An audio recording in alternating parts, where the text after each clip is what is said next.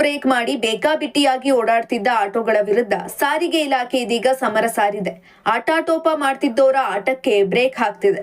ಈ ಮಧ್ಯೆ ಸಾರಿಗೆ ಇಲಾಖೆ ಚಾಪೆ ಕೆಳಗೆ ತೂರಿದ್ರೆ ಕೆಲ ಅಗ್ರಿಗೇಟರ್ ಕಂಪನಿಯ ಇವಿ ಆಟೋಗಳು ರಂಗೋಲಿ ಕೆಳಗೆ ತೂರುವ ಪ್ರಯತ್ನ ಮಾಡಿ ತಗ್ಲಾಕೊಂಡಿದೆ. ಬೆಂಗಳೂರಿನಲ್ಲಿ ಕಳೆದ 3 ದಿನದಿಂದ ನಿಯಮ ಪಾಲನೆ ಮಾಡದೆ ಬೇಕಾಬಿಟ್ಟಿಯಾಗಿ ವಸೂಲಿ ಮಾಡುವ ಆಟೋ ಚಾಲಕರ ವಿರುದ್ಧ ಆರ್ಟಿಒ ಸಮರ ಮುಂದುವರಿಸಿದೆ.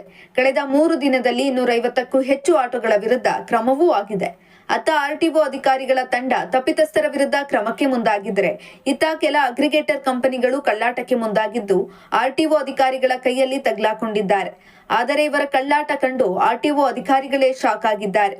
ನಿನ್ನೆಯಷ್ಟೇ ಆಟೋಗಳನ್ನ ಸೀಸ್ ಮಾಡಿದಾಗ ಕೆಲ ಆಟೋ ಡ್ರೈವರ್ಸ್ ನಮ್ಮನ್ನ ಮಾತ್ರ ಯಾಕೆ ಟಾರ್ಗೆಟ್ ಮಾಡ್ತೀರಾ, ಇವಿ ಅಂದ್ರೆ ಎಲೆಕ್ಟ್ರಿಕ್ ಆಟೋ ರಿಕ್ಷಾಗಳನ್ನು ಸೀಸ್ ಮಾಡಿ ಅನ್ನೋ ಕೂಗು ಕೇಳಿ ಬಂದಿತ್ತು. ಅದರಂತೆ ಖುದ್ದು ಆಟೋ ಚಾಲಕರೇ ಆರ್ಟಿಒ ಅಧಿಕಾರಿಗಳಿಗೆ ಹಿಡಿದುಕೊಟ್ಟಾಗ ಕೆಲ ಅಗ್ರಿಗೇಟರ್ ಕಂಪನಿಗಳ ಕಳ್ಳಾಟ ಬಯಲಾಗಿದೆ. ಅಗ್ರಿಗೇಟರ್ ಕಂಪನಿಗಳ ಹೆಸರಲ್ಲಿ ರಸ್ತೆಗಿಳಿದು ಓಡಾಡ್ತಿರೋ ಬಹುತೇಕ ಇವಿ ಆಟೋಗಳಿಗೆ ದಾಖಲೆಗಳೇ ಇಲ್ಲ. ಪ್ರಮುಖವಾಗಿ permit, fitness certificate, insurance, FC, meter, safety ಯಾವುವೂ ಇಲ್ಲ. ಅನೇಕ ಆಟೋಗಳು ಅವಧಿ ಮೀರಿದ ದಾಖಲೆಗಳಲ್ಲೇ ಓಡಾಡ್ತಿವೆ.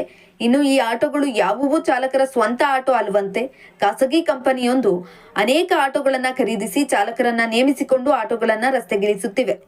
ಒಟ್ಟಾರೆ ಈಗಲಾದರೂ ಇಂತಹ ಕಳ್ಳಾಟದ ವಿರುದ್ಧ ಆರ್ಟಿಒ ಅಧಿಕಾರಿಗಳು ಅಲರ್ಟ್ ಆಗಿರೋದು ಒಳ್ಳೆಯ ವಿಚಾರವೇ. ಆದರೆ ಇದು ನಿರಂತರವಾಗಿ ಮುಂದುವರೆದರಷ್ಟೇ ನಿಯಮ ಉಲ್ಲಂಘನೆ ಮಾಡೋರಿಗೆ ಬ್ರೇಕ್ ಹಾಕೋಕೆ ಸಾಧ್ಯ. ಇಂತಹ ಇನ್ನಷ್ಟು ವಿಡಿಯೋಗಳಿಗಾಗಿ ಲೈಕ್ ಮಾಡಿ, ಫಾಲೋ ಮಾಡಿ, ಶೇರ್ ಮಾಡಿ.